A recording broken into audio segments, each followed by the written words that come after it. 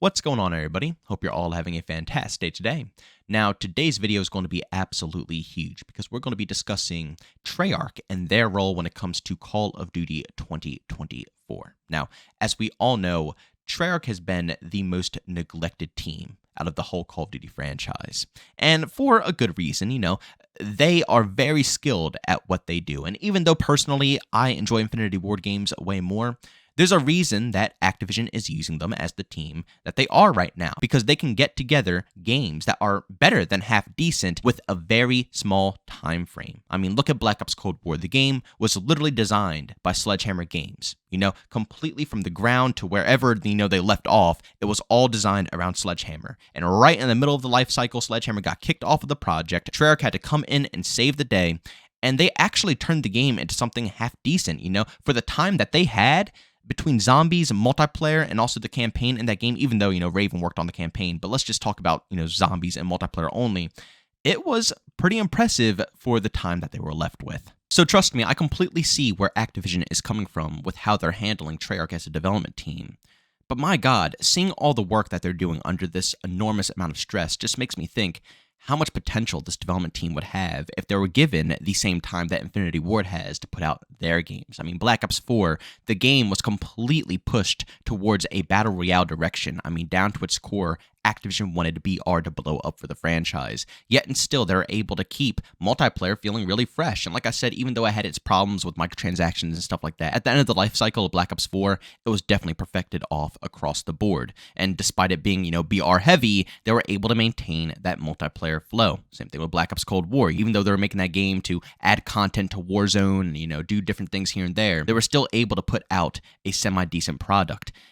All of this proof just makes me sit here and think, dang, they're able to do that with the current time they have. What happens if this development team isn't rushed to make a product and they actually have the time that they deserve? Treyarch is just as popular as Infinity Ward. Right now, current date, I would say Infinity Ward is the most popular development team, but it's only because of the games that they're developing. I know Black Ops 3 was a decently loved game, but let's be real here, guys. When was the last time the community was stupidly hyped for a Treyarch title?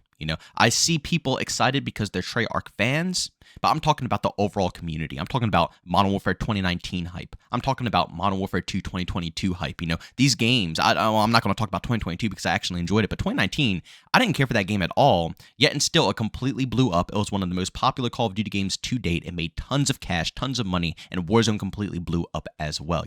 Infinity Ward has been nailing all of these games because they know exactly what's going to bring in the customers. But Treyarch hasn't been able to touch upon this. I bet you Treyarch knows exactly what they need to do in order to gain the hype that they need. And I'm talking about old school hype. I'm talking about Black Ops 2, Black Ops 1, World at War. Back when people were stupidly pumped to play a Treyarch game. They are capable of getting that hype once again, but they can't be butchered over specific games, over specific titles. Cold War wasn't there. They were forced into production. Black Ops 4, over half the stuff implemented into that game was basically for Blackout, their BR. And then everything else was pretty much recycled over from, Black Ops 3 over to Black Ops 4, which once again, Black Ops 3 was a cool game, but I really need that old school Treyarch vibe. They need a little bit more time to prove themselves. And here we are. We heard a little news, a little information that Treyarch also might be getting a 2-year cycle, just like how Infinity Ward is getting one with Modern Warfare 2. For those who don't know already, even though I mentioned it a little bit earlier, Modern Warfare 2 is going to be lasting throughout all of 2023. Yes, we are not getting a new Call of Duty game next year. Instead, we are waiting until 2024 until Treyarch releases their game. And the news, or the leaks, was that Treyarch potentially could get a chance at 2 years, but it wasn't confirmed yet. And that pissed me off. That outright pissed me off because I made a video about this, but I'm going to say it again for those who didn't see that video. It's ridiculous to me that, like I said, Infinity Ward, they know way ahead of time. They know for sure they're getting all this time, but Treyarch, they always have to wait until the last second. It's like, we have to wait until the final second until we know if we have the extra year or not.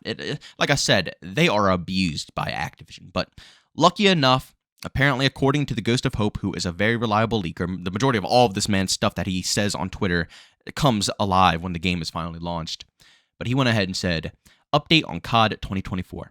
Treyarch have had their budgets approved for a 2-year life cycle on their next installment as part of Activision Blizzard's 3-year budget cycle. Activision are hedging their bets on Modern Warfare 2 doing well financially as well as the infrastructure of COD 2.0. So, ladies and gentlemen, there you have it. Treyarch is apparently coming in, and they're going to have 2 years for their game to be live and in action. It's not going to be a typical, every single year life cycle. They are going to have plenty of time to put together a project. And also, for those who don't know, Treyarch's game is leaked to be in the early 2000s, so it's not going to be anything, too far in the past. No old school World War II games, World War I, anything like that. It's not going to be super futuristic or anything like Black Ops 2. It's going to be something a little bit more grounded.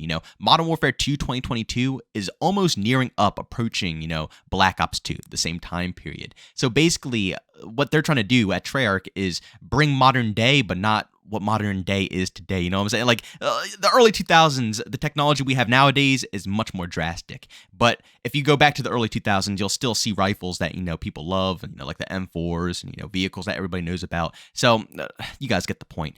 I think that time period is going to be perfect. I never saw Treyarch dabble in a modern day time period, even though it's not technically modern day. I'm still going to consider it modern day.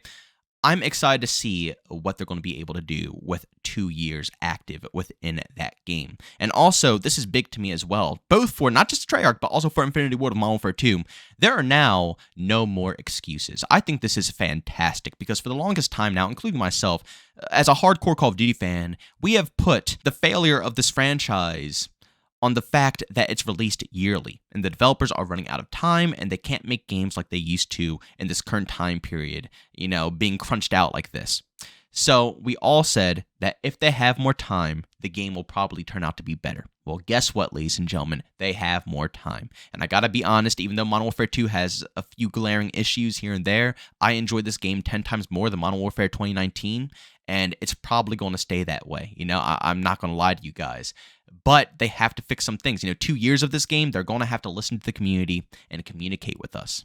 But the point that I'm trying to make here is that with a 2-year life cycle, there's nowhere else to hide. The community is not going to no longer say, oh, they don't have enough time to make the game. They have plenty of time to make the game now. They have all the time in the world to produce these games. There's no more excuses. If a game turns out to be bad, if a game turns out to be absolute crap, if they refuse to listen to the community and there's things that aren't being changed, there's nowhere else to look, besides the developers aren't competent enough to make a Call of Duty game anymore. So as a COD fan, I'm pretty excited because even though this is extremely risky, Call of Duty is a hard game to keep alive for over a year. And as we all know, usually a COD game only lasts for the typical COD player maybe like a month or two before they get bored and move on. You know what I'm saying? So it's extremely risky to keep a game active for 2 years instead of resetting the cycle. But this is good in my opinion because it's going to push them. It's going to force the developers to do something. And, I'm like that meme where the guy's poking the rock with a stick saying do something. That's how we all are right now when it comes to Call of Duty. We want something to happen, and the only way for something to happen is if things change, and things are changing. So finally, after all of this time, all of this waiting, we can finally start moving in a different direction than just, sitting in neutral. So regardless if all of this turns out to be good or bad, at the end of the day, at least we're forcing the developers to do something with their game instead of taking the easiest possible route and showing the most lazy form of their craft. We are going to force them to hop back on it, get creative, get them brains turning up again and producing absolute bangers. Either that or the franchise is going to fail. There's no in-betweens. It's not going to last 2 years if the game is booty cheeks. We're going to have to see how competent these developers truly are. But ladies and gentlemen, do me a massive favor. Go down in the comment section and leave all of your opinions down below because I'm really curious. Do you guys think that having these Call of Duty games like Modern Warfare 2 and whatever game Treyarch is producing in 2024, do you think it's good that they're going to be living off of a 2-year life cycle? Or do you think that 1 year is the best possible route to take? I mean, to be honest, it was kind of nice having a new COD game every year because, again, like I said, it's unique. It's interesting. Each development team comes in with their own takes. You know what I'm saying? Treyarch has a different playstyle from Infinity Ward. Sledgehammer has a different playstyle from both those development teams. So releasing a new COD game every single year, even though there are similarities here and there, at the end of the day, they still play slightly different and they feel new enough to keep people coming back. So it is kind of refreshing and it is fun to have a new game every year to be excited about. But is it hurting Call of Duty overall? To me, I have to say yes. I think that having these yearly COD games, it might have worked back in the day, but as this franchise grows, as more people come into the picture, and as this development team and as the publisher Activision tries to, grow along with their community, a lot of things are going to change, a lot of things are going to happen, and a lot of changes have to happen for us personally in order for this game to stay successful. And one of those things is putting the game on a 2-year lifespan. So, ladies and gentlemen, thanks so much for checking out this video. If you enjoyed it, make sure to leave a like, bonus I hate it, leave a dislike. Also, if you're brand new, enjoy the content, don't forget to subscribe, hit that notification button. Also, want to chat with me, there's 2 ways to do so. I have a Twitter and Discord, put the link down in the description. And also want to catch me live streams of video games over on Twitch, link that's in the description as well. But guys, thanks so much for tuning in. See you all next one. Peace out.